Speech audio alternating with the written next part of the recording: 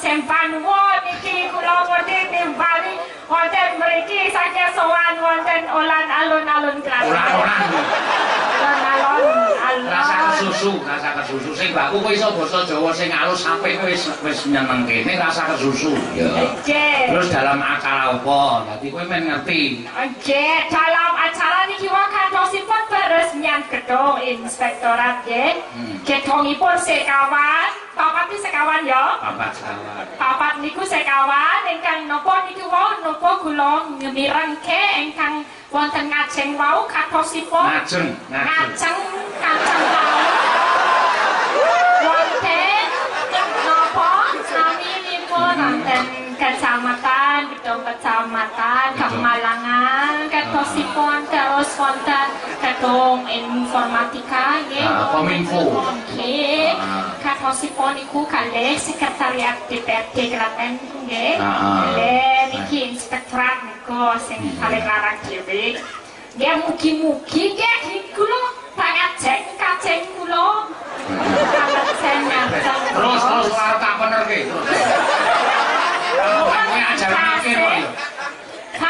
Kajeng kula mugi-mugi nggih sedaya mawon ingkang bekerja aparatur sipil wonten inspektorat nggih saged bekerja maksimal, saged bekerja sama kalian kepala dasipun desa-desa nika. Kepala dasipun desa-desa.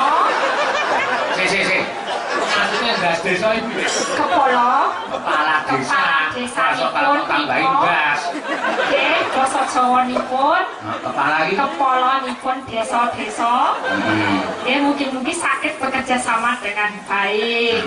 Mau nggih sampun tanda tangan fakta integritas, semoga dapat mencegah dan memberantas korupsi. Amin. Nggih. Ya apa kuwi jenenge? Fakta integritas. Integritas ya.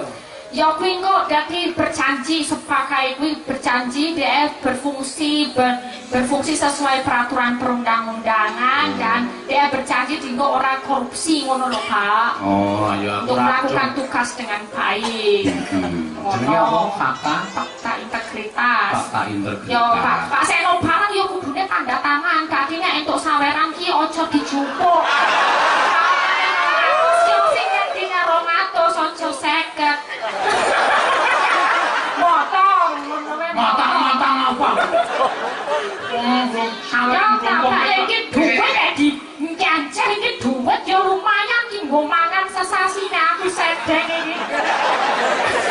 Iki kono kok ditutup. Ya kok ditung sinden-sinden.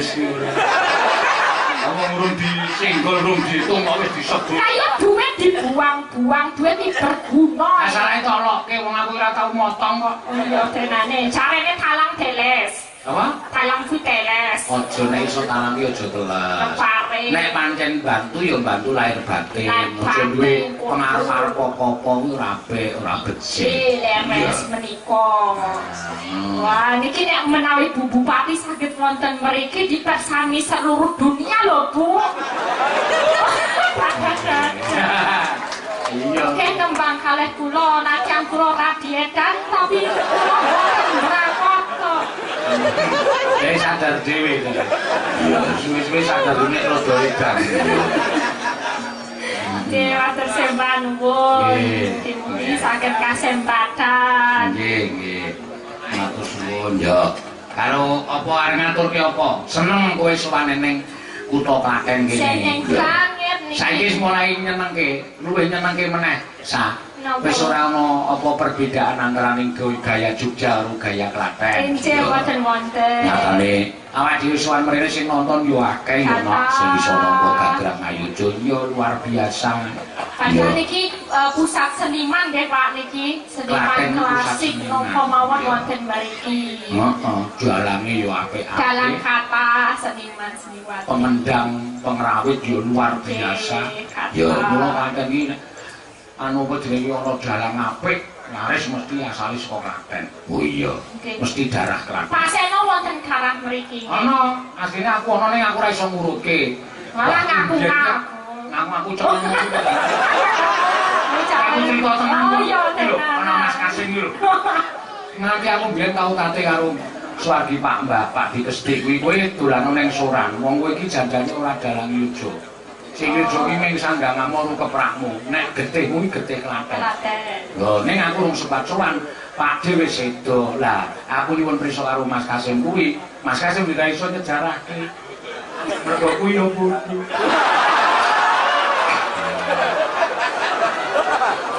Iya. Lah aku yo ora ngerti, ha padha.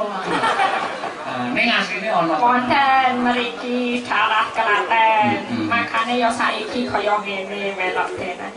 Melok tenan kuwi. Joko Dakamoko. Wis kene omong aku melu bunek sak. Undang keloko. Iya. Lah dhewe yo pinter basa Jawa. Biyen ki S1-ne sing diangkat iki jurusan pedalangan. Lah mula terus sowan ning nggon aku utawa rawuh ning nggon aku takon karo aku, "Pak, saya itu seneng wayang. Saya ngambil S1 isi Yogyakarta jurusan pedalangan." Lah kowe arep ngopo? Arep wayang. Arep wayang sudah kalah karo sing wong lanang-lanang kuwi. Wong saiki wayang iki kudu nganggo kudu ngerti apa jenenge iki suarane iku kudu pas karo wayange. Nek wedok iki ya pancen ana sak ngertiku dalam wedok iki sing kaluka iki Suwargi Bu Harni Sabdowati saka Sragen. Iya, kuwi mergo suarane gedhe. Bu Harni iki seneng udut. Mula kowe udut to. Ya udut iso gedhe kok. Iso. Udute iso gedhe apa? Sakane iso gedhe. Oh, sing ngarai. Berarti nek Pak Seno udut langsung gedhe. Ora. Maksude nek wong lanang wis ora dadak udut, ora udut ora apa-apa. Iya, ngono ya, Mas. Terus gagah dhek S1 ora gagah ning lulus ning ya mbuh le ujian piye. Lah kok S2-ne juga psikologi. Oh. Psikologi mopo sakon jero psikologi. Aku pengen neliti, Pak. Neliti apa? Psikologi iki neliti wong edan-edan. Lah sing arep tak teliti dalam-dalam kuwi. Lah kok dalam anggap edan omong dhewe, langsung dhewe, nangis dhewe, guyu dhewe. Seprene iki dhek dalam rangka neliti aku. Lah iya, ki objekku sing paling edan berarti Pak Seno. Tapi objek penelitian psikologi. Ora masalah. Tapi rapopo matur sembah nuwun nggih Pak Seno awet panjenengan nika marake kula saged S2. Penelitian S1 nggih Pak Seno, S2 nggih Pak Seno. S1 tentang Pak Seno sing tentang dalang, terus ngerti nek Pak Seno kentir, terus aku jupuk psikologi ben jupuk umpama menawa nek aku jupuk tesis mbok ngobati kentire Pak Seno. Jebule tetep kentir ya. Can kudu seniman kudu kentir, aku yo kentir. Soale nek ora satok tambani sing jeneng dalang kuwi iso nambani dhewe. Sing jeneng dalang iki duwe kekuatan yang luar biasa. Oh, sakit to, Pak? Kok canggih? Nek omongi ora percaya. Wong aku iki Carane piye? Lah kuwi kerep kok ditekani wong do njaluk tombo wong edan. Oh, nek ora sakit ngaten niku? Iso. Piye? Nambani wong edan iki tak dudui. Iki apa? Jam. Nah, langsung mari. Canggih tenan. Kon mari wong ngerti dhek nek kuwi jam. Oh iya ya. Nek tak tutuki iki apa? Lemper edan kowe. Nek iki apa jam? Mari. Wis tak anggap mari tak kon bayi.